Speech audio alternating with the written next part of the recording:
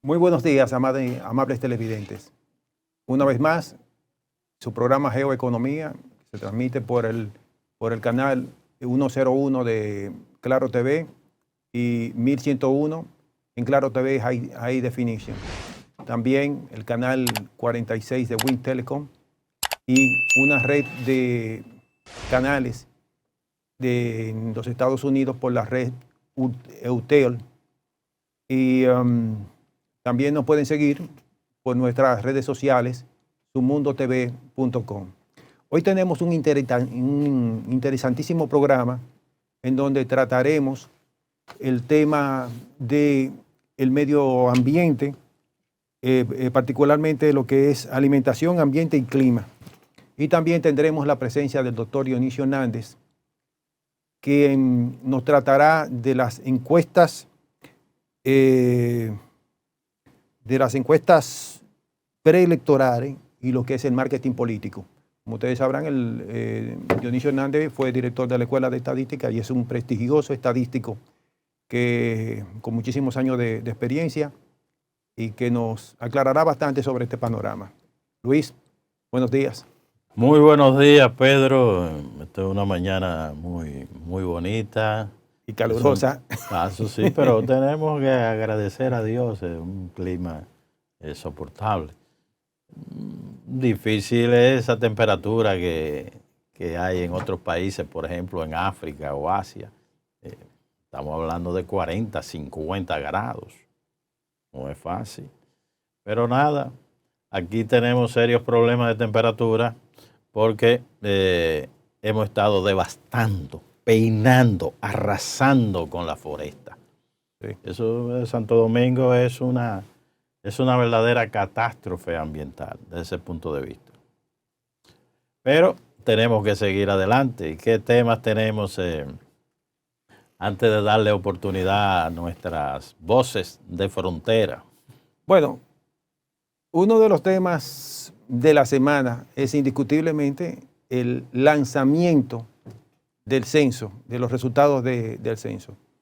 Digo lanzamiento porque de una u otra forma lo que se dio fue un dato preliminar, un conteo preliminar de la población y algunas características como la distribución en las diferentes provincias, la composición de sexo, no se dio por edades, y cómo se ha ido comportando, y la cantidad de viviendas, que dicho sea de paso, nos ha llamado poderosamente la atención que durante los 12 años transcurridos desde el censo del 2010 al presente, hubo un mayor incremento de viviendas que de personas, algo que todavía está en discusión y aclaración porque las bases de datos del censo serían liberadas el próximo año. O sea, los informes se publicarán a partir del próximo año y esto ha generado mucha controversia.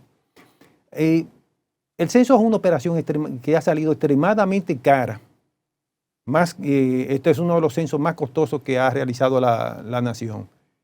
La cifra preliminar habla de 3.700 millones de pesos. Sin embargo, hay otros componentes que se han sumado. Y ahí se incorporó la encuesta de cobertura. Eso no lo sabemos.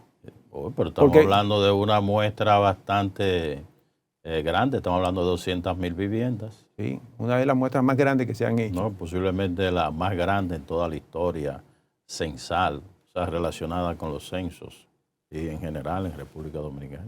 Y sin embargo, ese dato no lo tenemos todavía. ¿Cuál fue el nivel de cobertura? Cuando tú dices cobertura, es bueno que la teleaudiencia entienda de qué estamos hablando cuando decimos cobertura. Bien, sí. Cuando hablamos de cobertura, hablamos de la cantidad de viviendas que fueron visitadas y censadas. Entonces, si existen 100 viviendas, deberían censarse las 100 viviendas. Sin embargo, no siempre ha sido así, siempre hay un grado de error permisible. ¿De cuánto es error o por ciento o omisión de viviendas? Cuando el número se aproxima al 5%, se puede decir que el número es bueno, o sea que la cobertura del censo fue relativamente máximo buena. 5, pero puede ir bajando, ¿verdad? Pero lógicamente. 5 viviendas de cada 100, 4 viviendas de cada 100, 3 viviendas, a medida que va bajando, que se omitieron, el censo apunta dentro de los requisitos a registrar una mayor calidad. Por supuesto, porque está dando toda la información de las unidades más pequeñas. Hay algo que hay que tomar bien en cuenta, o sea, con respecto a la división territorial de este país.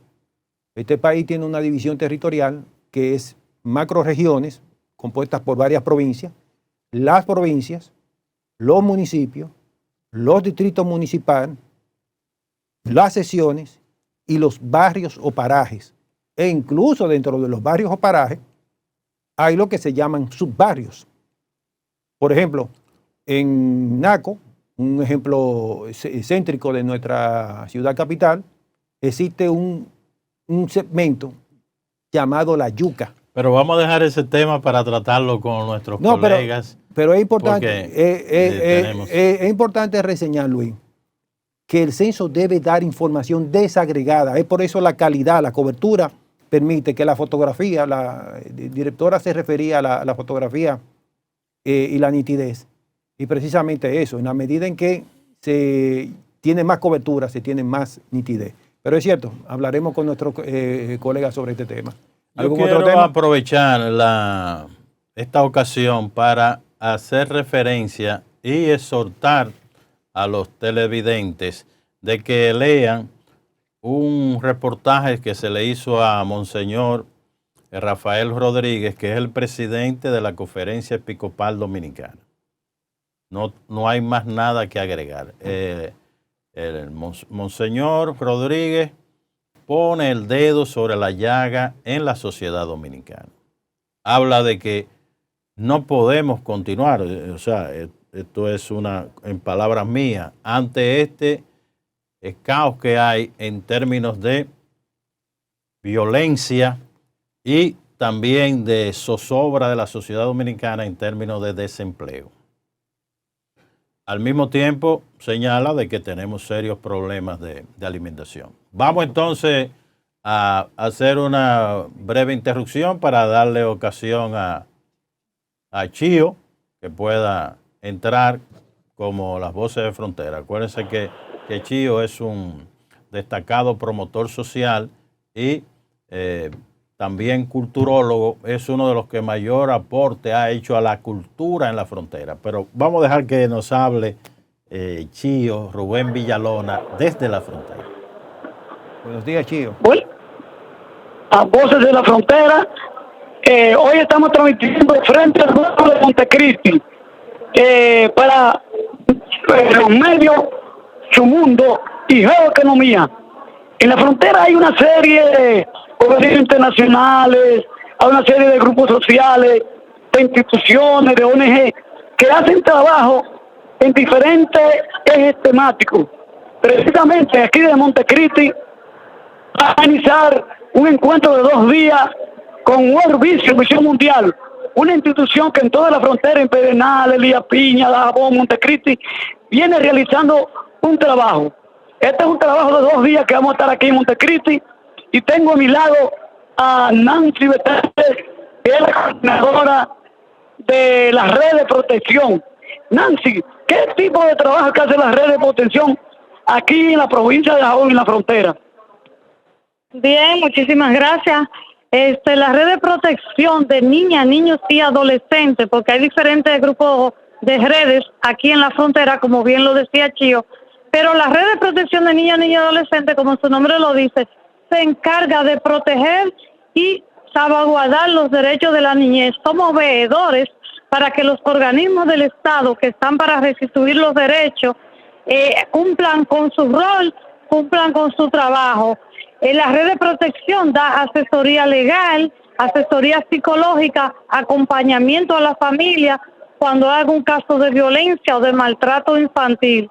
Aparte de eso, la red de protección da charlas, talleres en las escuelas a los padres, a las madres, también a los niños, educación en valores, prevención del embarazo, damos también talleres sobre paternidad responsable, es decir, un sinnúmero de actividades, y nosotros fuimos formados por World Vision. Esto es un trabajo voluntario donde hay 23 personas de diferentes organizaciones, líderes de estas organizaciones. ¿En qué municipio, en qué provincia de la frontera trabaja la red de protección? La red de protección está ahora mismo en Restauración, Loma de Cabrera, está también en la zona de Manzanillo, en Dajabón como provincia, pero también, aunque Río Limpio pertenece políticamente al sur, geográficamente está cerca de Dajabón, entonces también tenemos y trabajamos con la comunidad de Río Limpio. Cuando hay alguna situación donde se le está violentando los derechos a la niñez, nosotros articulamos desde aquí de Dajabón como provincia. Bueno, escucharon a Nancy Betance de la red de protección para geoeconomía asumiendo a nivel nacional e internacional. Además, World Vision hace una serie de trabajos en ejes temáticos como la cultura, también acompaña a los centros educativos con los niños y jóvenes en una serie de actividades de apoyo logístico de materiales. Tenemos problemas con la educación. Okay. De la frontera de Montecristi. Acércate más al micrófono, Chío. Para su mundo, dijeron que no vino, cultural, Chío, Villalona. Bien, muchas gracias, Chío. Interesante porque estas organizaciones constituyen el tejido social parte del tejido social de la región y están haciendo un trabajo bastante interesante. ¿Me decía Luis? Sí, yo creo que nuestra teleaudiencia sugerimos que nos entienda. El propósito nuestro es contribuir a búsqueda de solución.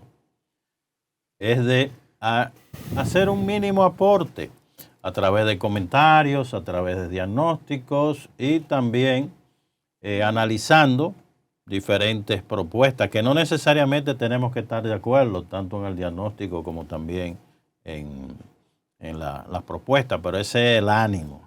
Así vimos con el caso del censo, que fuimos de los primeros en el país que habíamos adelantado críticas que se hicieron con el mejor buen espíritu de que se pudieran incorporar para evitar problemas. Lamentablemente hay para que el unos censo resultados fuera exitoso, sobre todo lo que tú nos estuviste explicando claramente alrededor de la cobertura, pero también de contenido, las preguntas, que no se ha hablado del cuestionario, del censo, pero nada, eso es lo que digo. Entonces, es bueno que sepa, tanto tú, Pedro Álvarez, como también la colega Maridalia Rodríguez, nuestro compañero Luis Guzmán, así como también nuestro jurista Benito Pineda, y quien les habla, Luis Humberto Vargas. Siempre ese ha sido el propósito. O sea, nosotros 5 que somos los que estamos al frente o tenemos la coordinación de este programa. Entonces quería resaltar, porque a veces puede interpretarse de que cualquier observación, comentario, consideración no se hace con el buen espíritu. No, nosotros no ejecutamos políticas. No. Nosotros lo que queremos es no tanto la institución que tiene que estar relacionado con los problemas, sino resaltamos algunos aspectos para precisamente que se haga una intervención en el marco de la Constitución y también de las leyes de República Dominicana. No, y también otra cosa, Luis, nosotros somos usuarios del dato. O sea, como usuarios del dato, nosotros estamos en el deber de fortalecerlo, de buscar que el dato sea cada vez más robusto, de una mayor calidad, de una mayor precisión. Ese ha sido siempre el espíritu que ha primado, de colaboración y de apertura para dar nuestras mejores opiniones y que las operaciones estadísticas mejoren. Sencillo. Sí, pero también fijando posición. Por ejemplo, no solamente tenemos el caso de este valioso reportaje del presidente de la Conferencia Episcopal Dominicana, Rafael Rodríguez, el obispo Rafael Rodríguez, sino también otro reportaje sumamente valioso que aparece en el periódico hoy en torno a la seguridad social, donde lamentablemente tanto el economista Díaz como también Lizardo, lamentablemente digo, se dedican a desinformar al país. ¿Por qué? Porque ¿cómo vamos a decir que todo relativamente va bien en el régimen de seguridad social, donde no se trata de explicación, sino de señalamiento? No hay atención primaria, no hay plan básico de salud. Se ha institucionalizado el copago, es decir, que a la hora de usted recibir un servicio tiene que entregar una determinada suma de dinero a quien le preste servicio, concretamente al médico. Por otro lado, si hablamos de pensiones, pero ven acá, ¿en cabeza de quién cabe que aquí las pensiones que se van a entregar ni siquiera garantizan el monto correspondiente a alimentos dentro de la canasta de bienes y servicios de consumo? O sea, que esa parte está alrededor de un 25% de la canasta, la pensión que se va a recibir ni siquiera daría para comprar los alimentos. Y ni hablar de esta barbaridad que tiene que ver con el seguro médico, concretamente los enfermos terminales. No, eso son cosas de locura, donde se le obliga a cualquier persona tener que cubrir sus propios medicamentos. Pero vamos a escuchar nuestro apreciado amigo de la frontera, José Luis Fernández, director de CIEFREDO. Buenos días, José Luis.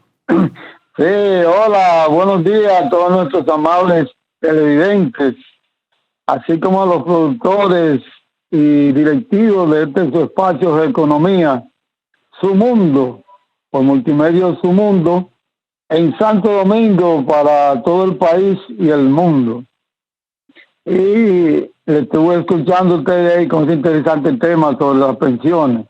Pero aquí, en la frontera, indiscutiblemente que mucho se viene hablando y agitando el tema del desarrollo turístico de la frontera dominico-haitiana, que como una política jurídica constitucional fue agregada y calzada con el número 10 en la Magna Carta de la República Dominicana.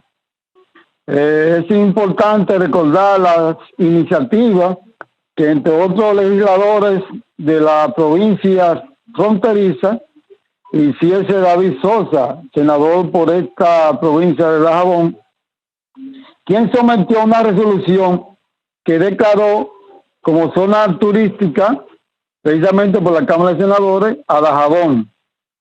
En nuestras mentes, en los libros, muchos libros que han escrito, reposan cientos de espacios naturales, monumentos y obras construidas desde el primer ordenamiento social taíno, pasando por los españoles, los africanos, franceses, holandeses, norteamericanos, húngaros, japoneses, y hasta yo creo que un chin de los chinos, porque siempre hay algo de chinos dominicanos aquí en la frontera.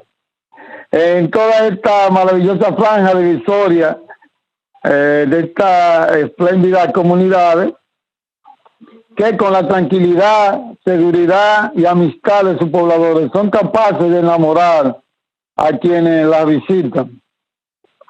Estos grupos étnicos que unos nos habitaron como los taínos, mientras los otros mezclaron, dando orígenes de diversa pigmentación de la piel y estructura del cuerpo humano. Es decir, estamos hablando de que nuestro colorido mestizo, negro, blanco, amarillo, chino-japonés, junto al fenómeno de la interculturalidad que se produce cada día cuando los vecinos de Haití acuden por medio del cruce de la frontera a participar, ya vendiendo, comprando las mercancías y otros productos diversos, destacándose en esta compra y venta de los artículos del hogar y de vestir, los llamados PPs.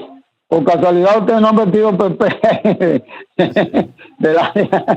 Bueno, ¿qué quiere decir en creol?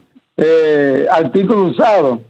Precisamente, nosotros entendemos que aquí la piedra filosofal del turismo.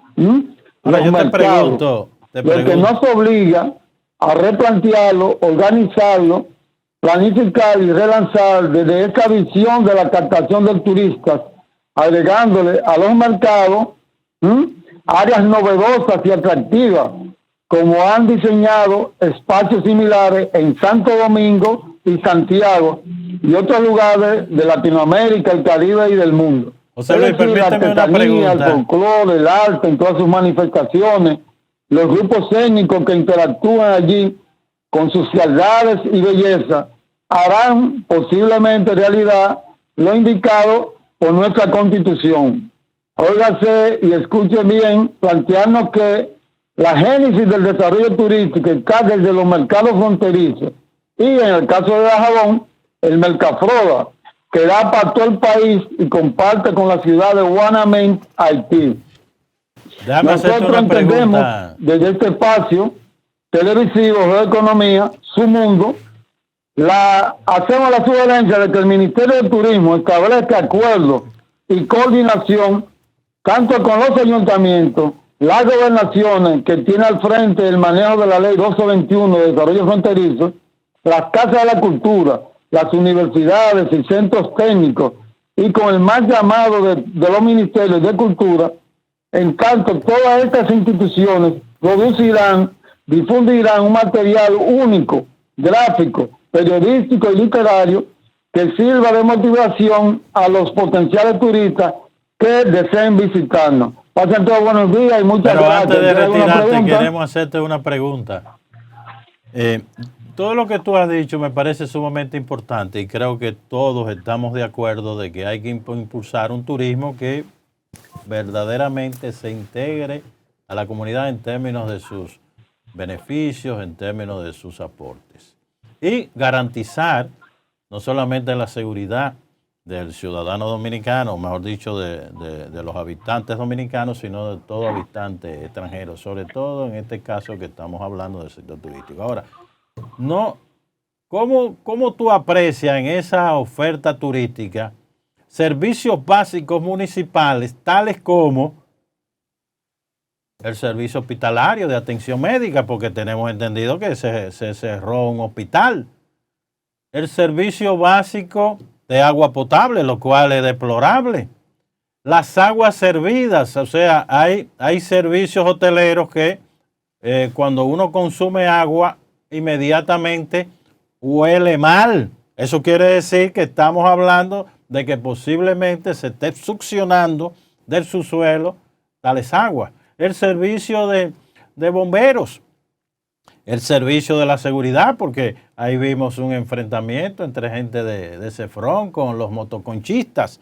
Entonces, un turista que se encuentra en una situación así, no hay condiciones favorables para que pueda real y efectivamente sentirse bien en una comunidad que es sumamente hospitalaria como es el municipio de Dajabón. Sí, no, realmente Luis, eso que tú señalas ahí como posibles deficiencias que se presentan, no solamente aquí, sino en otras provincias fronterizas, tiene mucho que ver con la que se destina en la parte presupuestal de los gobiernos cada año, donde somos la última parte que se toma en cuenta para hacer grandes inversiones, cuando debía ser la primera zona o área donde la nación dominicana hiciese la mayor inversión.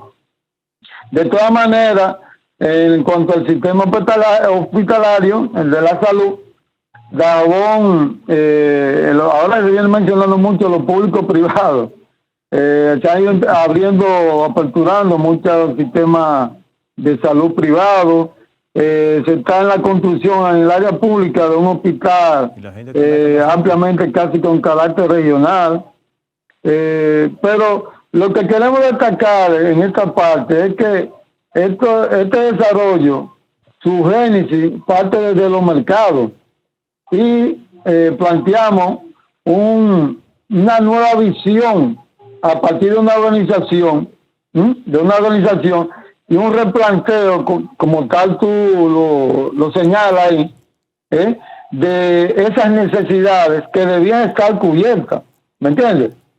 Pero quizá lo que más podría vender la frontera es la seguridad en términos de la persona. Si tú ves, los índices delincuenciales son muy bajos aquí, y la posibilidad de la gente desplazarse a cualquier hora del día y la noche con plena confianza y libertad son muy buenas, independientemente de los conflictos así puntuales que se dan, como el caso ese que tú destacas, Cefrón, Motoconchista. Pero realmente la frontera en todo su espacio, en todos los anchos, porque por ejemplo si nos vamos a Pedernales tiene Valle de las Águilas y tiene otros lugares, ¿verdad? Otros lugares, Bauruco tiene excelentes espacios de balneario. O sea, la frontera tiene todas las condiciones para atraer una gran cantidad de turistas, no solamente dominicanos, sino también extranjeros. En unos estudios que reposan por ahí, que uno maneja. Ya seguiremos hablando, José Luis, entonces, en una próxima ocasión. Sí, no, pues muchas gracias, encantado de participar. Gracias a ti. Gracias a ti, que es el que nos ilustra, nos informa, nos conecta a través de tus intervenciones cada semana con la región fronteriza, específicamente con la provincia de Dajabón y todavía más concretamente con el municipio de Dajabón. Muchas gracias, que pase buen día y Dios te bendiga. Continuando con el desarrollo de este programa, de nuestro programa Su Mundo, Geoeconomía Su Mundo, contamos ahora con la presencia de Maridalia Rodríguez, quien irradia cierta energía aquí en el escenario. Sí, con este color tan vivo. Sí. Así es, muchísimas gracias, señores, muy buenos días. Gracias por acompañarnos como cada sábado. Y bueno, ahora entramos al bloque de dar informaciones, algunas informaciones sobre la coyuntura internacional y antes de recibir la llamada de José Luis Kepis, pues mencionar lo sucedido en Ecuador. Qué pena, la verdad, que un país como que está en pleno 2023, que esas cosas se den. Estuve leyendo que hay una comisión del FBI, que va a ir a verificar y a dar todo el apoyo con relación a este tema que se está investigando en Ecuador. Y señor, Dios mío, parecería que cómo es posible que en pleno 2023 esas cosas pasen. Yo, cuando vi esa noticia, yo me remonté como a 20 años atrás en la política de los países de Latinoamérica. Y la verdad es que hay que ponerle atención a eso, porque, señor, ustedes no saben lo que significa eso con relación a la inestabilidad política que eso genera hacia dentro de los estados. Y con eso hay que tener muchísimo cuidado. Bueno, el señalamiento se orienta a que fueron grupos ligados al narcotráfico.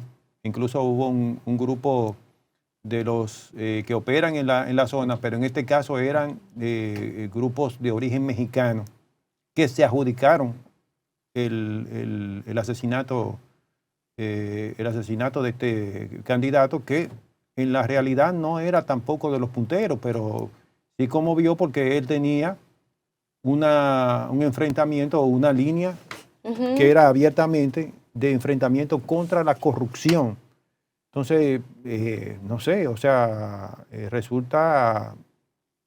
fue un shock para me imagino para la sociedad del Ecuador y también para nosotros, porque ya de una forma u otra vivimos el caso de Haití, el ajusticiamiento de Jovenel Moïse. Sí. Y caramba, se han dado toda una serie de sucesos contra figuras, contra personalidades, en sociedades que uno hacía que de una u otra forma tenía cierto nivel de estabilidad política, vamos a decirlo así. Claro que sí, y de verdad es que eso afecta muchísimo el sistema de democracia de los países y esperemos que esas cosas no ocurran y que no se extrapolen a otros países, porque a veces vemos que cuando pasa una cosa en un país, como que eso suele como extrapolarse hacia otras naciones, pero la verdad es que es una gran lástima porque la verdad es que sucesos como esos afectan muchísimo el sistema democrático de los países y sobre todo la estabilidad política, que aunque a veces no se establezca esa relación,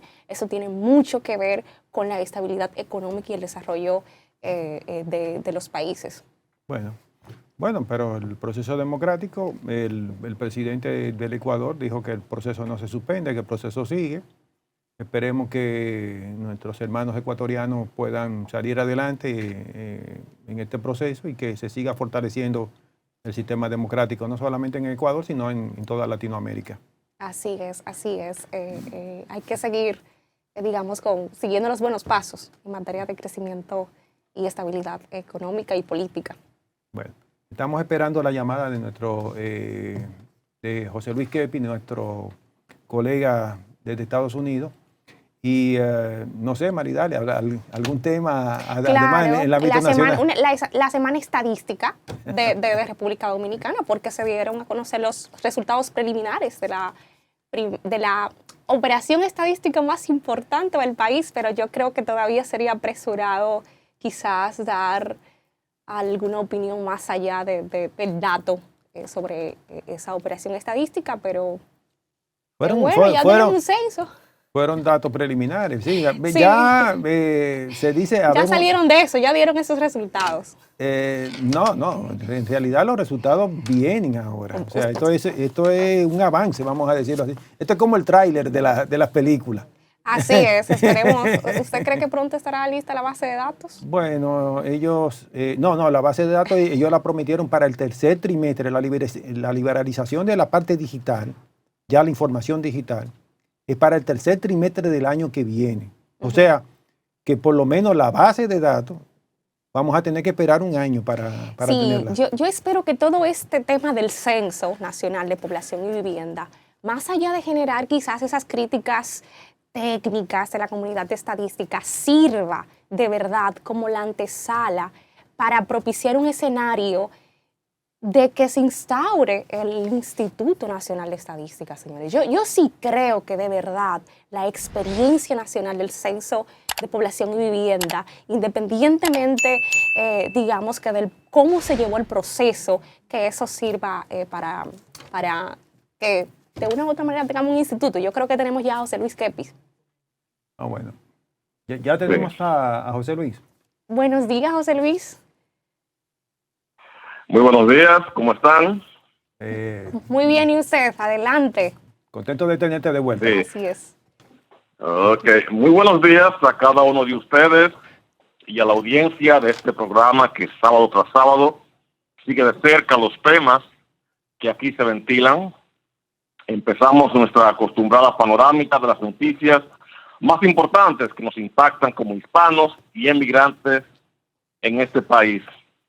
Comenzamos refiriéndonos al hecho de que los votantes de Ohio rechazaron esta semana una reforma con la que los republicanos querían obstaculizar la protección del derecho al aborto en este estado septentrional de Estados Unidos, en lo que puede interpretarse como un nuevo revés en esta lucha para el Partido Republicano. Esta elección especial en Ohio se centró en propuestas para aumentar el margen de mayoría simple a un 60% de los votos para aprobar enmiendas en la Constitución de Ohio. Y aunque no estuvo centrado en la interrupción voluntaria del embarazo, el sufragio marcó un revés para los republicanos a pocos meses de un sufragio decisivo sobre este asunto. En noviembre se realizará un referendo en el que los defensores del derecho al aborto buscan consagrarlo en la Constitución de este estado. Según distintos sondeos, 58% de los votantes de Ohio respaldarían esta modificación. Por eso, era vital para los republicanos elevar el margen de apoyo necesario a un 60%. Sin embargo, 57% de los electores votaron en contra de este cambio legislativo, según las proyecciones de los medios USA Today y también CNN. Los votantes de Ohio rechazaron un esfuerzo de los legisladores republicanos y los grupos de intereses especiales para cambiar el proceso de enmienda constitucional del estado, lo cual fue celebrado por el presidente Joe Biden en su comunicado. Los activistas por el derecho al aborto también celebraron este triunfo. Este antiguo bastión industrial que dio la sorpresa en el 2016 al votar por el republicano Donald Trump, ahora se encuentra dividido sobre el tema del aborto desde que en junio del 2022 la Suprema Corte dejó que sean los estados los que legislen sobre el tema. El interés es tal que más de 500,000 personas ya votaron de forma anticipada para el referendo. Y según sondeos recientes, la mayoría de los estadounidenses quiere proteger el acceso al aborto, incluso los votantes republicanos. El fracaso de las consultas antiaborto en los estados conservadores de Kentucky y Kansas también demuestra que existe división entre los republicanos en materia del tema del aborto. En otra noticia, el gobernador de Texas, Greg Abbott, descartó este pasado día martes que las boyas flotantes que mandó instalar en el río Bravo para contener el cruce de migrantes desde México a Estados Unidos causaron la muerte de 2 indocumentados hace unos días. Las declaraciones del gobernador se conocían en momentos en que el diario The Dallas Morning informó que las autoridades de Texas fueron advertidas por la Comisión Internacional de Límites que controla el río Bravo que instalar boyas flotantes o barreras de alambres violaban las leyes federales y tratados fronterizos con México. El representante republicano, como ya hemos dicho en otras ocasiones, ordenó colocar en julio pasado este muro flotante de color naranja sobre unos 305 metros de río entre Texas y Piedras Negras, que es uno de los tramos utilizados por los migrantes para entrar a Estados Unidos. Este río es la frontera natural entre ambos países en esta zona y la semana pasada la secretaria de Relaciones Exteriores de México informó del hallazgo de 2 cuerpos en la zona. Uno de ellos estaba atorado en la parte sur de las boyas, mientras el segundo cadáver se encontró a 5 kilómetros. Las boyas no causaron el ahogamiento de los 2 fallecidos, publicó Abbott en su red de Twitter, que ahora se llama X. También se han instalado barreras de alambres de púas en la frontera para bloquear el paso de los indocumentados. El gobernador, férreo crítico de las políticas migratorias del presidente demócrata Joe Biden, respondió a una nota informativa publicada por el diario texano The Dallas Morning News, en la que se asegura que las autoridades de Texas sabían que instalar boyas o barreras de alambres violaban las leyes federales y tratados fronterizos con México. Lo que esta historia no les dice, en opinión de Abbott, es que informé a Biden hace un año sobre la autoridad constitucional de Texas para asegurar la frontera, sostuvo Abbott, quien responsabiliza al jefe de la Casa Blanca de la crisis migratoria que se vive en Estados Unidos en la actualidad. El Departamento de Justicia presentó hace algunas semanas una demanda civil para impedir que el gobierno de Abbott coloque barreras adicionales y demandar que retire las ya existentes. Y por último, en una noticia preocupante, el Centro para el Control de las Enfermedades en los Estados Unidos reveló en un estudio publicado este jueves que el número de suicidios en la nación sobrepasó los 50,000 en el 2022, lo cual indica un aumento de un 2.6% con relación al año anterior. Los datos indican que en Norteamérica los suicidios se han incrementado en un 35% en las últimas 2 décadas, especialmente entre aquellos de 65 años de edad y mayores, quienes son los que encabezan la lista.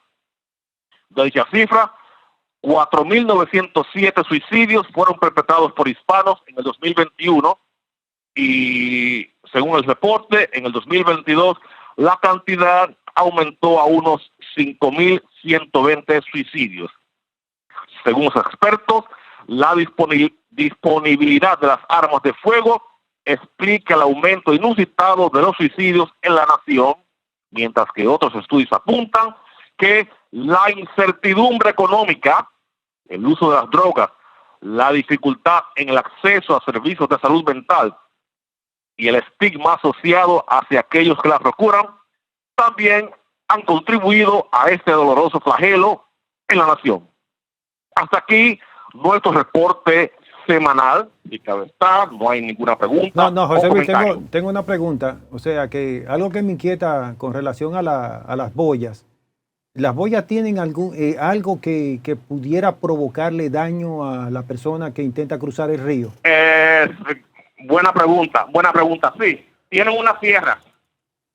Entre cada boya ya hay una boya. Ellos pusieron como unas sierras cortantes y filosas, que inclusive ya han habido varios casos de cercenamiento de dedos. La gente tratando de nadar y agarrarse, adherirse a ella. Y sí, señor. Inclusive se pueden ver que no sé por qué le instalaron esas dichosas sierras, pero sí, tienen sierras y son bien filosas. Wow. O sea que algo totalmente inhumano. Claro. Increíble.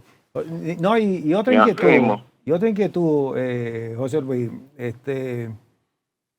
nosotros los que seguimos un poquito la televisión norteamericana, ¿qué nos puede decir sobre el asunto del juicio que se le está llevando al hijo del presidente, que de una u otra forma está creando como cierto ruido en el sentido de que se está propagando la idea de que el presidente tenía ciertos conocimientos de las actividades que hacía su hijo y que de una u otra forma se beneficiaba de eso? ¿Qué nos puede decir sobre este asunto? Que aunque lo vemos de cierta distancia, lo vemos... Parece ser que hubo cierto acuerdo, puesto que ellos nombraron ahora creo que un fiscal general a una posición, luego de que se desestimara el acuerdo previo que se había dado.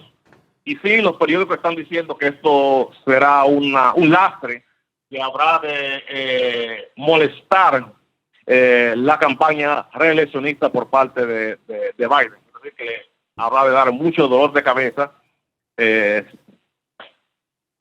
este trecho electoral. Y claro está, habrá de ser aprovechado por la oposición republicana para atacar a Biden.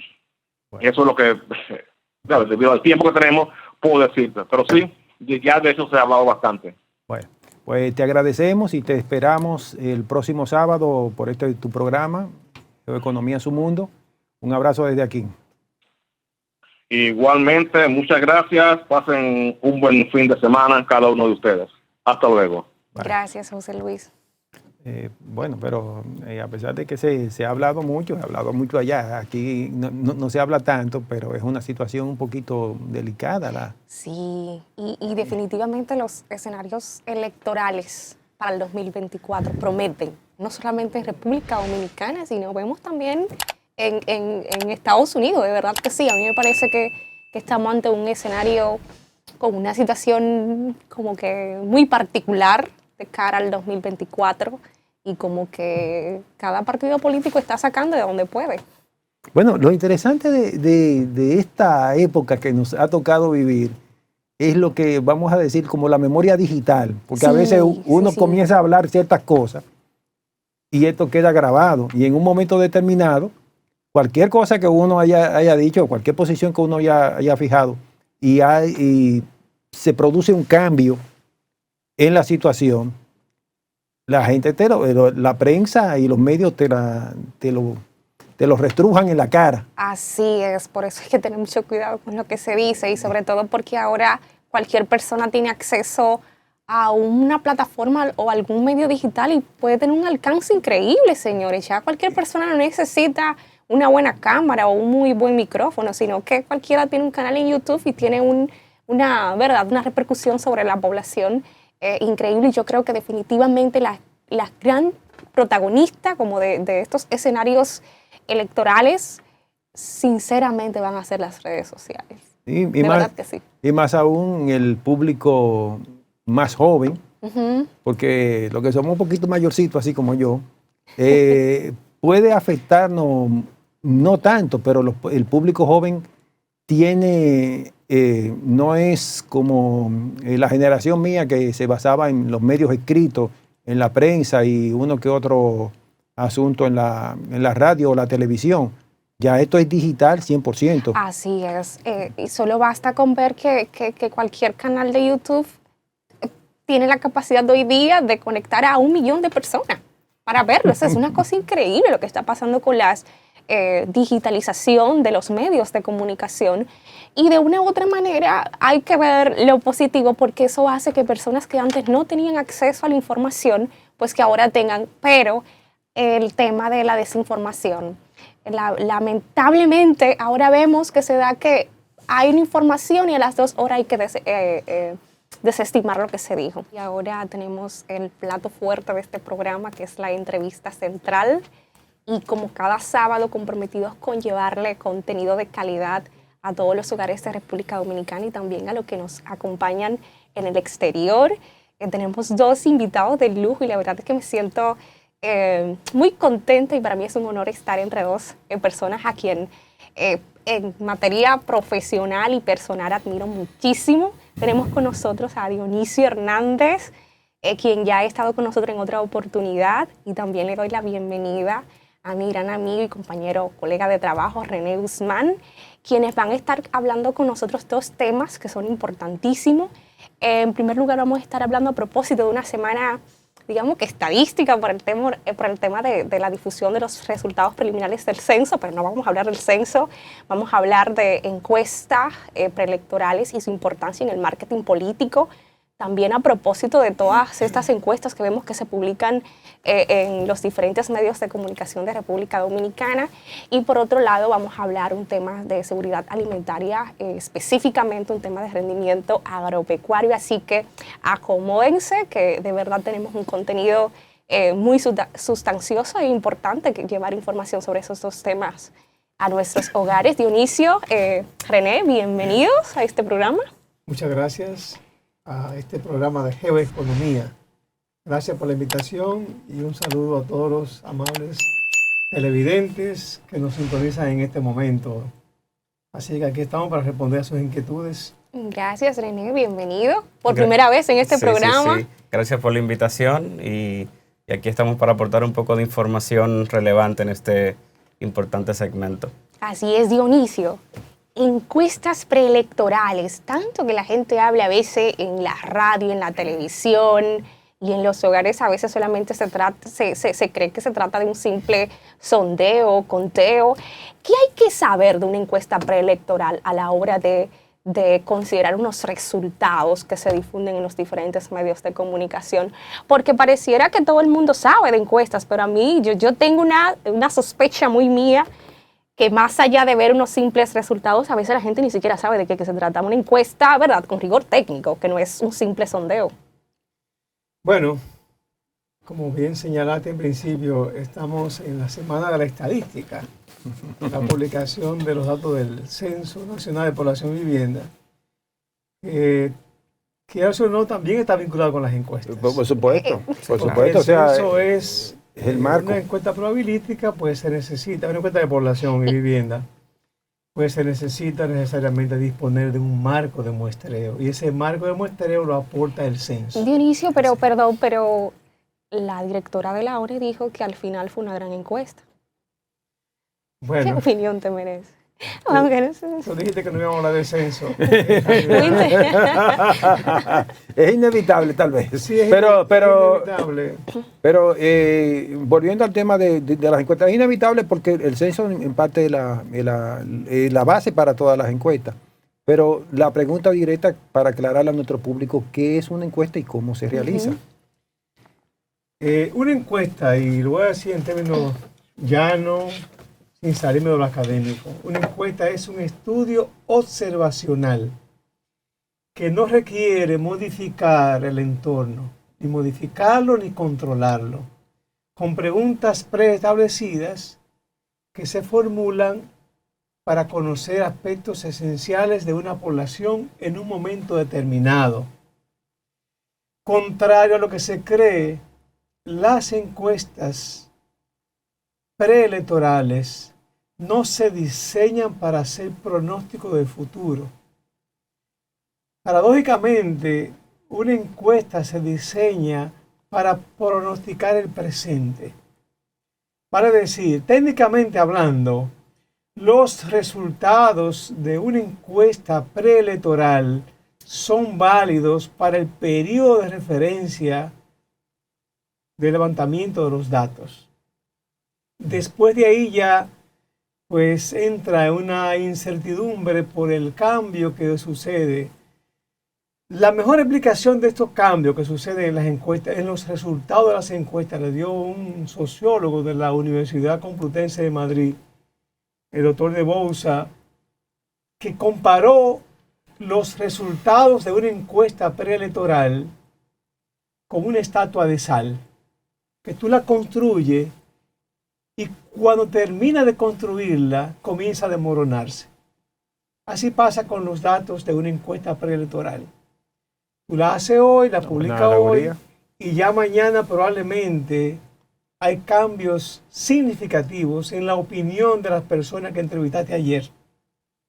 Porque hay una vorágine de opiniones, de ofertas, y de una serie de comunicación política, publicitaria, que van de una u otra manera cambiando la percepción del electorado, incluso cambiando hasta la intención de voto. Dionisio, ¿qué opinión te merecen las encuestas que se realizan a través de redes sociales y a través de teléfonos? ¿Son encuestas probabilísticas o son encuestas que tienen rigor técnico como para decir que son resultados confiables? Porque se está dando mucho que las principales encuestadoras que están utilizando los diferentes partidos políticos de República Dominicana están haciendo encuestas a través de llamadas telefónicas, a través de Facebook y muchas veces otras redes sociales. Bien, hay dos tipos de encuestas: encuesta probabilística y encuesta no probabilística. Todo va a depender de la selección, de disponer o no de un marco de muestreo. Si no se dispone de un marco de muestreo, entonces no podemos hablar de encuesta probabilística. Por ejemplo, en el caso del mercado electoral, el marco de muestreo viene dado por el padrón electoral. Muy bien. Ese sería el marco de muestreo. Y los estadísticos necesariamente lo utilizamos conjuntamente con los datos que nos da la ONE de la población, con la cartografía censal y otros datos que conseguimos incluso hasta en el Banco Central para hacer la segmentación por grupos, digamos, económicos, etcétera. Pero mira, Dionisio, disculpa que te interrumpa. Ese dato que tú acabas de dar es muy interesante. O sea, para las encuestas electorales, el marco es el padrón de la Junta, debe ser el padrón de la Junta Central Electoral, y tú acabas de aclarar complementado con datos de Oficina Nacional de Estadística. Pero con precisamente hablar el tema del error que puede tener el mismo marco en un momento determinado, porque fíjate que muchas veces los electores no están registrados y tal vez no votan en el lugar donde están registrados, que es algo que le confiere un cierto grado de cierto error a la investigación cuando se está realizando. Sí, es difícil controlar ese aspecto, porque hay una importante... en este país. Sí, hay una franja poblacional que vive habitualmente en un lugar diferente a donde vota. Por ejemplo, yo soy de Jarabacoa y tengo muchos amigos, incluso familia, que residen en Santo Domingo y van a votar a Jarabacoa. Porque allá tiene un amigo que es candidato a un puesto local, digamos regidor, alcalde, y no hacen el traslado de su dirección para votar donde viven habitualmente. Eso se controla en el momento de la recolección de los datos.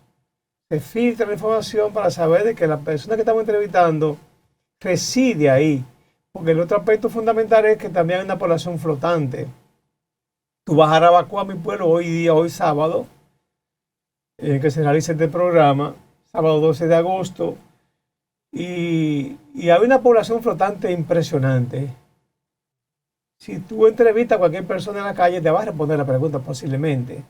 Pero si la pregunta es para un candidato local, entonces esa respuesta no me sirve para nada. Incluso ni siquiera para una estimación nacional. Porque en el diseño que se hizo de la encuesta, la persona que debe darla en el lugar donde reside habitualmente. En ese sentido, en las preguntas que se hacen, en el cuestionario que se elabora, hay que filtrar. Tenemos que tener la certeza de que estamos enfrente de una persona que vota en ese lugar. Y en respuesta a la pregunta de Maridalia de si son válidas o no las encuestas que se realizan por redes sociales, por teléfono. Las encuestas telefónicas son válidas en toda parte del mundo. De hecho, en Estados Unidos se realizan por teléfono. Por correo electrónico. Lo importante es tener un marco de muestreo necesariamente. Ahora bien, estas encuestas que se hacen por Facebook, Instagram y cualquier otra red social, el problema de esto es que no se dispone de un marco de muestreo. Lo segundo es que no son encuestas que se cuelgan en un portal o se envían de manera masiva para que la gente responda. Y hay muchos aspectos que no se controlan, como es el caso de la edad de la persona, si tiene cédula de identidad electoral. Y otro aspecto fundamental es que no garantiza, ese tipo de encuestas no garantiza de que la población que se está investigando sea representativa de la población electoral. O sea, no tenemos, y sabemos, los estadísticos sabemos, y las personas que trabajan en marketing político sabemos, que hay una opinión diferencial de la población en cuanto a sexo, edad, incluso clase social. Entonces, ¿cómo yo garantizo de que la muestra que estoy seleccionando sea una muestra representativa de la población? Necesariamente necesito información de la población. Claro. Y eso no me lo dan las redes sociales. Entonces, ese tipo de encuesta encaja en una encuesta no probabilística que, si bien es cierto, no tiene validez para hacer lo que se llama inferencia objetiva, pero sí tienen validez para algo que se conoce como creación de percepción, que lo utilizan en el marketing político para dar a entender a la población, para hacer creer a la población de que se tiene la aprobación, que se tiene la mayoría, o que se cuenta con el apoyo de la población. Sí, así es. Y sobre todo un país que tradicionalmente se ha caracterizado mucho por votar por quien la gente cree que va a ganar. Así que hay encuestas, y dijo alguien, y encuestas.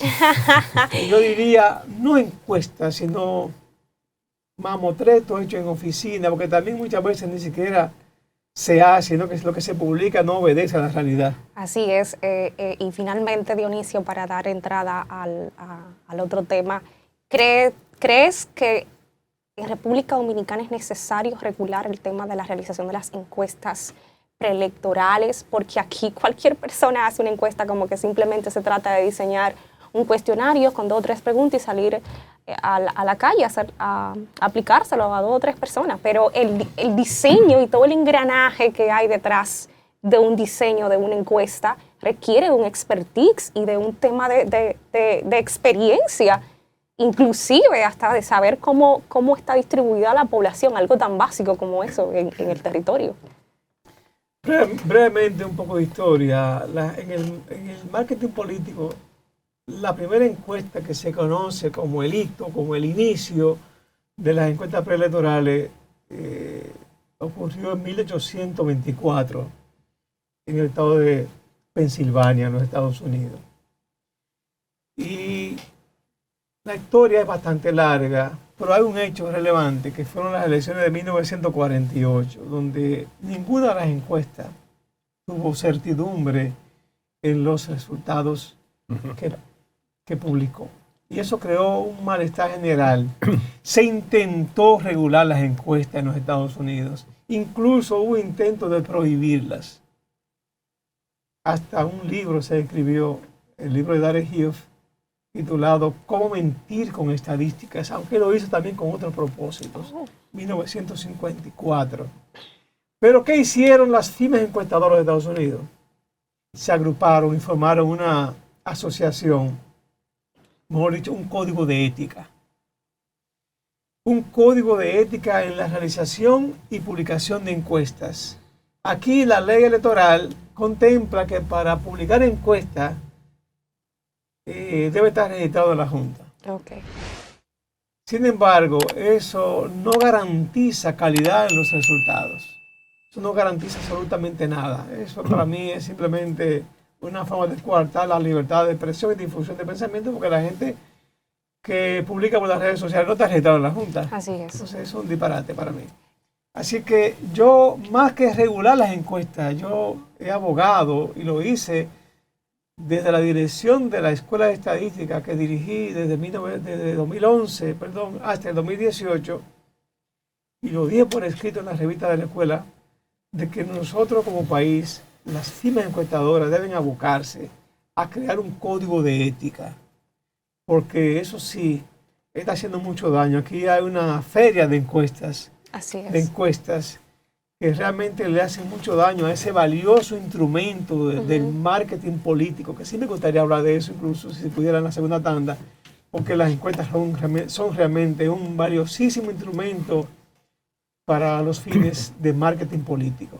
Así es, muchísimas gracias. René, aquí en República Dominicana, no sé, a veces se tiene la percepción de que en términos de producción agrícola, agropecuaria, hemos disminuido la capacidad productiva del país porque la mayoría de los jóvenes tienden a migrar hacia las grandes urbes. ¿Qué tan cierto es eso? O sea, ¿cómo estamos en materia de productividad, de rendimiento agropecuario y el tema también hasta del aporte al Producto Interno Bruto? Bueno, directamente eso no es cierto, visto desde la óptica de las cuentas nacionales que se publican cada año en el país y que de alguna manera son validadas hasta cierto punto por organismos internacionales como el Fondo Monetario Internacional.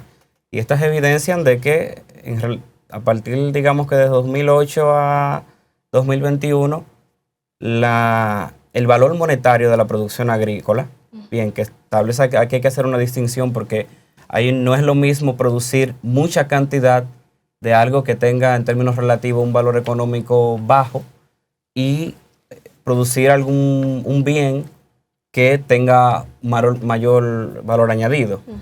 Pero en términos agregados, el valor de la producción ha aumentado un 10% en promedio anual en los últimos 13 años. Es decir, que de que esté disminuyendo la producción es algo que no obedece a la realidad. Y a ver, es cierto de que sí se ha producido de alguna manera una migración, es decir, los sectores específicos dentro del sector agropecuario, que eran los tradicionalmente más fuertes, le han cedido terreno ante otros sectores que pertenecen al mismo sector, valga la redundancia. Sin embargo, estos se dedican a productos con un mayor valor añadido. Es decir, no se quedan solamente en producir tubérculos, por decir algo en particular, que tal vez son importantes, pero tal vez como el proceso productivo implica simplemente siembra y cosecha, pasaron a otros subsectores donde implica siembra, cosecha, un proceso intermedio y luego un bien final con mayor valor que incluso tenga vocación de exportación. Ok, antes de irnos a la pausa, entonces, considerando eso, ¿cuál es el principal reto, desafío que tiene el sector agropecuario en materia de producción? El mayor reto, yo diría, desde mi óptica, es la innovación. Aquí todavía gran parte del sector produce con técnicas del siglo XIX. Es decir, no se ha incorporado a las nuevas tecnologías, especialmente el sector ganadero, que sigue produciendo de forma artesanal, y evidentemente eso nos deja mal parado contra otros países que tienen una mayor inversión en estos subsectores, y en términos competitivos ¿Qué tan competitiva es República Dominicana o ese sector? Hacia el exterior estamos muy mal en términos de competitividad. ¿Por De qué? hecho, hay una preocupación, entiendo, generalizada en todo el sector, ya que a partir del 2025, producto de los acuerdos del DERE-CAFTA, hay algunos productos agrícolas van a entrar al país sin arancel, y son productos con mayor calidad, lo han dicho los mismos representantes del sector, con mayor calidad, y tienen un costo de producción menor porque tienen economías de escala con las que nosotros no podemos competir de forma directa. José, hay una gran inquietud, nosotros que manejamos precisamente estadística, es la ausencia de información estadística en el sector agropecuario. Incluso, como sabemos, el último censo agropecuario data de 1982, 83. 82.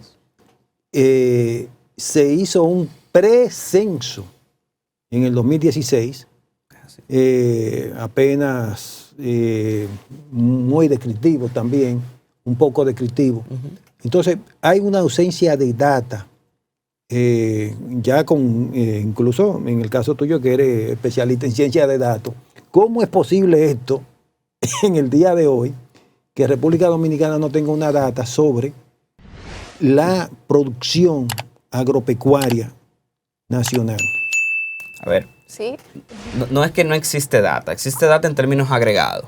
Bien, porque el sector, digamos que es parte importante de las cuentas nacionales. Y si usted entra al portal del Banco Central, usted se va a encontrar que tienen información acerca de la producción agregada de subsectores, por así decirlo. Pero ¿qué sucede? Que a nivel micro, es decir, a nivel de finca, como tradicionalmente se les llama, como los productores no tienen esa cultura y ni siquiera le ven la importancia de la información, ellos mismos no registran sus actividades. Por tanto, cuando un investigador quiere ir al campo a tratar de recopilar las operaciones diarias de estas fincas, y ya cuando usted la lleva a nivel provincial, cuando usted la lleva a nivel regional, quedamos con un vacío que es insalvable. Es decir, es difícil hacer una estimación para usted, por ejemplo, poder medir la cantidad de litros de leche que produce una vaca por día, por así decirlo. Es decir, pero ¿y el Estado entonces? O sea, porque está bien, el productor tal vez no le vea la mayor importancia, pero vamos a decir, el Ministerio de Agricultura, por ejemplo, que en las décadas que nosotros éramos estudiantes, aparentemente tenía una fuerte unidad de investigación agropecuaria, pero que se ha ido desapareciendo con una escasa participación. Entonces, ¿cómo puede insertarse precisamente una estrategia de productividad sin información o con una escasa información? Porque tú me dirás, está bien, los pequeños productores no pueden verse bien en la fotografía, pero de una u otra forma son también los que mantienen una cierta dinámica en el territorio. Sí, a ver, la innovación tiene varias patas, por así decirlo.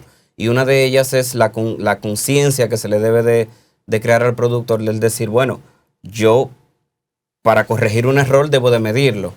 Entonces, si a nivel micro no se genera esa cultura estadística, por así decirlo, a nivel general va a ser muy complicado, aunque el Ministerio de Agricultura intervenga, que de hecho ellos tienen unas mediciones ahí de producción, evidentemente tienen sus vacíos de información, pero ellos tratan de recolectarlos. Sin embargo, si esa innovación no llega a digamos que a la conciencia del mismo productor no le ven importancia, y por más que el Ministerio de Agricultura o cualquier otro organismo del Estado trate de ir y recoger información, que de hecho lo hacen, a nivel interno ellos simplemente se mantienen con promedios, es decir, con la cuestión muy intuitiva de, bueno, yo produzco más o menos una cantidad por día.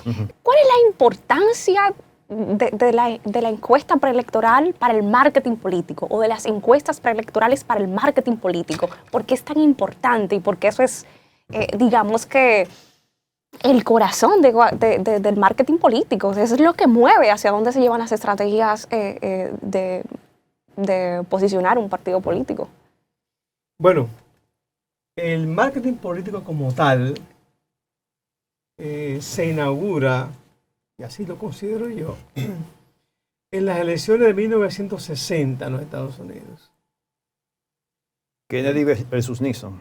John Kennedy contrató un estadístico de nombre Lewis Harris. Y Lewis Harris segmentó el mercado electoral de los Estados Unidos y comenzó a hacer estudios hasta en pueblitos pequeños, en los jóvenes, en las mujeres, en los votantes de la zona rural, en los obreros, y comenzó a tener una medición de cada uno de esos segmentos. Entonces, en adición a esa medición, con esa data que se recogía frecuentemente, el equipo de campaña de Kennedy articulaba mensajes electorales que eran orientados, que eran dirigidos hacia esos segmentos del mercado de votantes. Ahí es cuando se inaugura el marketing político. Y eso llevó a Kennedy a ganar las elecciones del 8 de noviembre de 1960. E incluso también se inaugura con Kennedy la era de trabajar el rostro del candidato, la imagen positiva del candidato. Porque entonces ya estaba la televisión y había que presentar una imagen positiva, que con el paso del tiempo hemos caído hoy día incluso ya en el Photoshop, y de repente tú encuentras un candidato por ahí que tiene... No, que es moreno y sale blanco. Cuando tú lo contratas con la fotografía no se corresponde. Lo que está la publicidad, entonces son dos personas diferentes, porque lo que se le vende a la persona es una imagen. Bueno. Incluso hay un caso de François Mitterrand en Francia, que buscaron un odontólogo especialista en estética para recortarle los dientes, porque tenían los dientes para adelante, y le construyeron una imagen positiva. En nuestro país, las encuestas preelectorales se inauguran... Pero Dionisio, un pequeño paréntesis. En el caso de Kennedy, sí, en el debate, fue el primer debate y el primer debate televisado, los que escucharon el debate dijeron que ganó Nixon. Así es. Por la radio. Sí. Los que vieron el debate en la televisión dijeron que ganó Kennedy. Sí. Pero fue un asunto de imagen, porque Nixon incluso fue con barba, sí, con una barba como de un día para otro, y había estado medio enfermo y no lucía, el semblante de él no lucía bien. Debió ir a May como estoy yo hoy. No, era blanco y negro la televisión. No le van a distinguir. Que aunque esté le hubiera ido peor si hubiese estado high definition. Bueno, en Dionisio, 4K. Sí. Bueno, en otro país, el periódico La Noticia, que ya desapareció, en las elecciones de 1974, publicó una encuesta preelectoral. Creo que era la encuesta Simmers, si mal no recuerdo. Sin embargo, el marketing político como tal, aquí en otro país, se inaugura en la elección de 1982. De mano de genio de la publicidad política, José Dorín Cabrera. Oh, sí. Que independientemente de que uno esté de acuerdo o no con sus publicaciones, pero sí fue quien llevó el marketing político para orientar las campañas, lo que él llamaba mercadología política. llegué a trabajar con él en algunas elecciones, justamente orientando campañas preelectorales. Una cosa es utilizar el dato para orientar una campaña y otra cosa es publicar un dato, que es una cosa diferente. Sí, pero Dionisio, en el 78, si mal no recuerdo, y lo recuerdo por la campaña por el cine, que era el medio, no había tantos canales de televisión, habían apenas 3 canales de televisión. Tuve la oportunidad de ir a un cine en Santiago, el cine triple de Santiago, a ver una película. Uno de mis hermanos estudiaba en Pucamaima. Y tuve la sorpresa de que antes de la película, los trailers, te pasaban unos comerciales. Y pasaron uno de Joaquín Balaguer, que era totalmente impresionante para esa época, con el asunto de que no es bueno cambiar de caballo cuando se estaba en un río, que fue una cosa espectacular. Y al final el eslogan, lo bueno no se cambia. O sea, yo creo que tal vez se inició el marketing político un poquito antes. Bueno, esa es la publicidad, la comunicación política. Sí, existía comunicación política. Pero el utilizar el dato para marketing es diferente. O sea, es como decir, si tú orientas una publicidad, por ejemplo, a nivel general, vamos a suponer en Santiago, para un candidato a alcalde de Santiago, y tú diriges un mensaje hacia las mujeres, pero si tu problema no son las mujeres y no los jóvenes, por ejemplo, los varones o la gente del campo, es utilizar el dato, cementar ese mercado para llegar y conseguir información de cómo estoy entre las mujeres jóvenes, cómo estoy entre las mujeres menos jóvenes, cómo estoy entre los obreros, entre los campesinos, y en función de ese conocimiento, articular una estrategia de comunicación publicitaria orientada a esos segmentos para conseguir la intención de voto favorable de ese segmento. Ese es el marketing político. Los verdaderos mercadólogos. No. Las mujeres menos jóvenes. Un estratega, demasiado duro. Me gustó esa. Dionisio, y a propósito de tu experiencia, porque señores, estamos hablando de verdad con uno de los mejores, para mí, de la persona que tiene más experiencia en marketing político y en diseño de encuesta, don Dionisio Hernández. Dionisio, para ti, ¿cuál es la estructura política o el partido político de República Dominicana que mejor estrategia de marketing político tiene? Bueno, es una pregunta complicada, pero te digo la verdad. Sí. Para mí ninguno. No. Los partidos políticos dominicanos no trabajan en el mercado electoral con un criterio de marketing político. Los partidos políticos nacionales se articulan solamente para las elecciones. Sí, es cierto. Pero no trabajan en el mercado con fines de marketing político.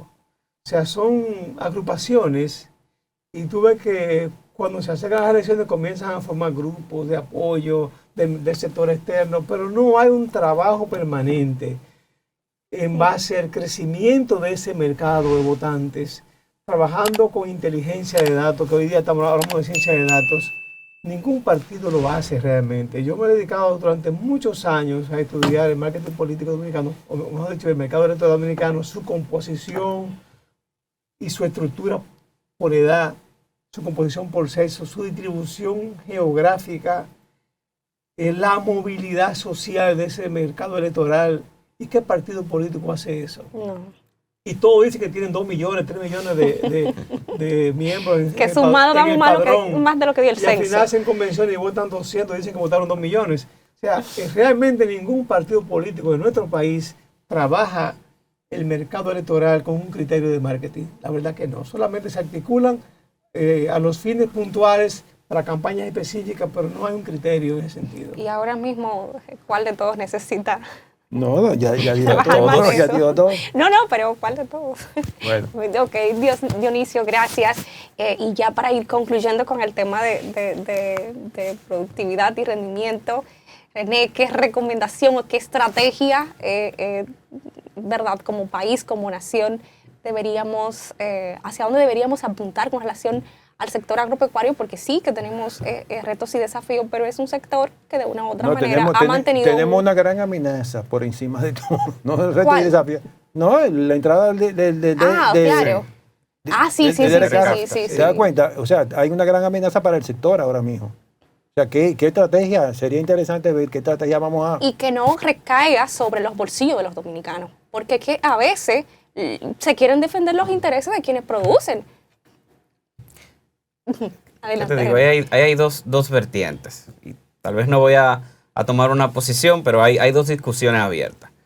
Una es la de, bueno, necesitamos tener seguridad alimentaria, necesitamos producir lo que demanda la población dominicana. Bien, esa es una posición. Y hay otra posición que lo que plantea es que es basado en la famosa ventaja comparativa, que dicen, bueno, si Estados Unidos en este caso, que es nuestro principal socio comercial, es más eficiente produciendo un producto determinado que nosotros, eso quiere decir que como ellos tienen economías de escala, evidentemente a una magnitud que nosotros no vamos a alcanzar nunca, vamos a comprarle los productos a ellos porque los de ellos tienen más calidad y son más baratos. Bien, esas son como las dos vertientes de la discusión. Evidentemente tiene sus pros y contras, tienen muy buenos argumentos ambos bandos, por así decirlo. Yo tengo una pregunta para ti. ¿Cuál va a ser el impacto en los trabajadores dominicanos? O sea, porque está bien, en el consumidor como tal, tú puedes decir, bueno, me están dando un producto más barato, ¿te das cuenta? Pero también, sí es cierto, se necesitan productos de mejor calidad, pero ¿cómo va a impactar esto al agro en sentido general y a los trabajadores del agro?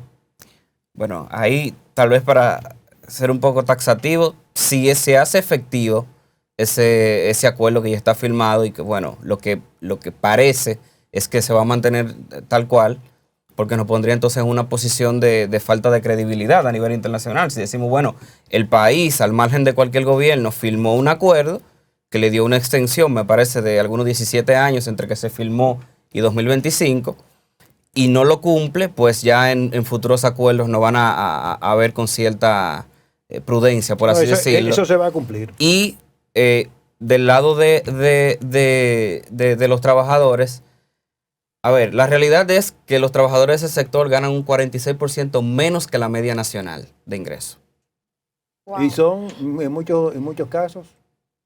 No, a ver, tienen una cualificación menor, tienen evidentemente por su... No, y son extranjeros también. O sea, sí. Bueno, ya eso es una no, eso es un dato que me imagino que tú manejas. A ver, lo que pasa es que la información que manejamos es la información de la encuesta nacional continua de fuerza de trabajo, que se publica trimestralmente. Sin embargo, tal vez esa distinción entre cuánto ganan las personas residentes legales o ciudadanos dominicanos y cuánto gana el que es residente pero que tal vez no está regularizado, tal vez no hace esa distinción tan puntual, pero la realidad es que sea del país que sea, gana un 46% menos que la media nacional, que eso produce que evidentemente haya una migración permanente de ese sector a otros sectores que tienen una media salarial mayor. Es decir, que por ahí evidentemente va a afectar a las familias que son empleados asalariados de este sector. Sin embargo, no digamos que eso va a ser una diferencia, lo que se prevé. Es decir, no va a marcar una diferencia muy distante de lo que está ocurriendo a la fecha o de la tendencia, que es a que el sector cada día tenga menos trabajadores. Y los productores, ¿qué van a hacer? Bueno, ahí los productores y lo que evidencia la información... Por ejemplo, en el caso del arroz, vamos a suponer, ¿qué van a hacer los productores?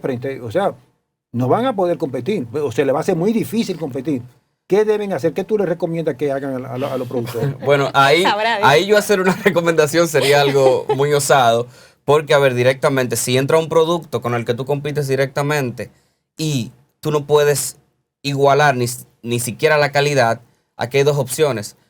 O el Estado le compra la producción para mantenerlos a flote con los costes que eso implica, o directamente desaparecen. O se transforman, o cambian a otro producto. O se transforman, o tratan de igualar Migran. la tecnología que se usa en Estados Unidos y de alguna manera con términos de competencia de precio tal vez ahí poder quedarse con un segmento del mercado, tal vez el mercado rural, que es tal vez donde la exportación le es más difícil, donde la importación, perdón, le es más difícil penetrar. Pero directamente, partiendo de que la provincia que más consumen, evidentemente es el Gran Santo Domingo, Santiago y las áreas turísticas, no van a poder directamente competir. René, gracias. Y ya como para ir finalizando, mensajes finales de inicio para nuestros amables televidentes. Y si tiene algo que aportar con relación al tema agropecuario también, porque Dionisio es una persona que de verdad es un experto en muchas áreas, incluyendo este sector agropecuario. La verdad me hubiese gustado hablar sobre ese tema, pero yo sé que se acabó el tiempo. Sí. No quedan algunos Pero quedamos con el compromiso de hacer otro programa. También tenemos que ver, René, que los productores de Estados Unidos son productores subsidiados Sí, por el exacto. Estado. Oh, qué Entonces, tema. hay una competencia desleal. Y la otra cosa es, y una recomendación, digamos, aquí se demostró en el Instituto de Investigación en Biotecnología, el IBI, de que se puede enriquecer el trigo con arroz. O sea, para fabricar pan y otros productos de bollería. Y se ha demostrado que incluso soporta hasta un 10, un 15% de arroz en la mezcla, lo que significa que sería también un estímulo para los productores comprar ese excedente en caso de que lo haya. Y lo hay realmente. Pero ese es un tema muy interesante que ojalá un día pudiéramos hablar. La invitación sobre queda eso. abierta justo ahora. En cuanto a las encuestas, bueno, recomendación. Dos recomendaciones. Una, el consumidor de datos, que lee periódicos, redes sociales, revistas, consume noticias, televisión. Dar credibilidad a una encuesta es para mí una tarea compleja. No todo se puede creer. Lo que se publica generalmente no es la verdad. Y te lo digo porque tengo más de 30 años haciendo encuestas, de esas que no se publican.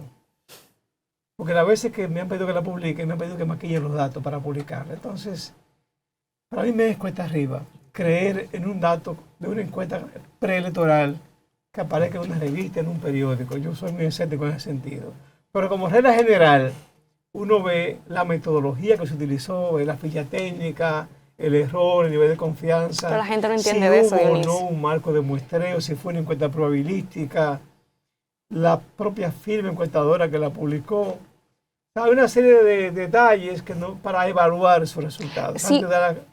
Antes de uno creer en esa... Sí, porque, Dionisio, perdón, un paréntesis, es que la mayoría bueno, gran parte de la población dominicana, o sea, entender los elementos que se incluyen en una ficha técnica es un tema complejo porque requiere de una preparación.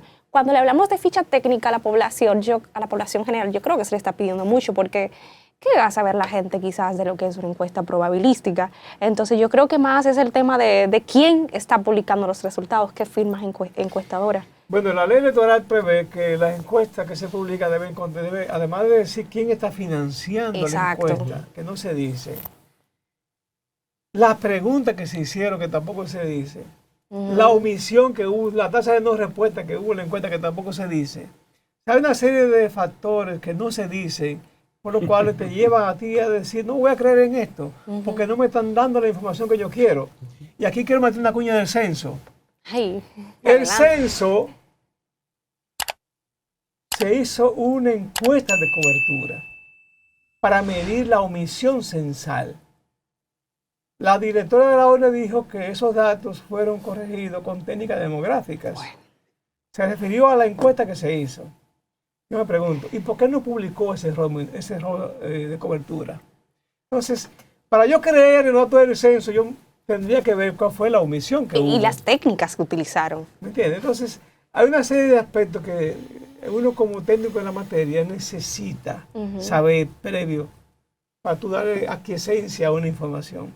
La otra recomendación que hago, ya para finalizar, y es repetir lo que siempre he dicho, las firmas serias acreditadas en el país deben abocarse a crear un código de ética para la aplicación de encuestas, para protegernos de todas aquellas personas y falsas firmas que se crean de manera, digamos, mentirosa, porque no existen realmente, para protegernos de esas firmas que desacreditan esta técnica tan importante.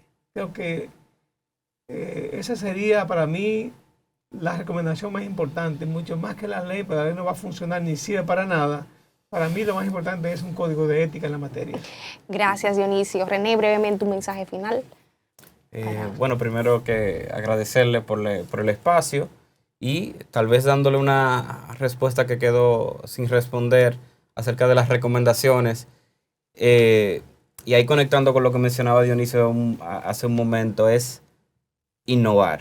Entiendo que el sector productivo dominicano necesita de innovación, ya sea por avances científicos que tenemos en el país, que de hecho existen, o sea importando avances científicos que ya se usan en la mayoría de países desarrollados, que a pesar de la innovación y la industrialización que tienen, nunca han dejado de producir los productos alimenticios que sus poblaciones demandan. Señores y señoras, muchísimas gracias. Gracias a mi compañero Pedro, Luis, también a todas las personas que de una u otra manera nos dan soporte técnico para que este programa llegue con la calidad que llega hacia sus hogares.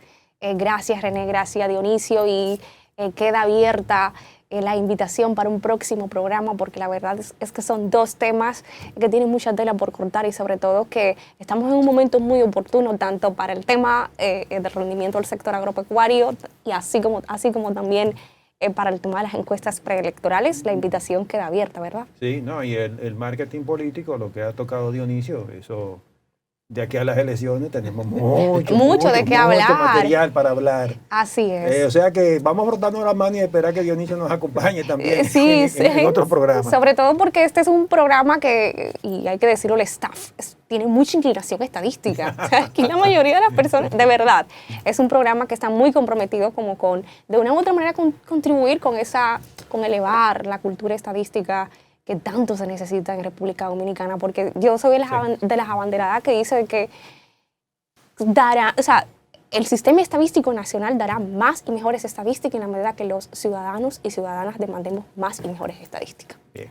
Así que, señores, muchísimas gracias por acompañarnos y les esperamos, como siempre, el próximo sábado.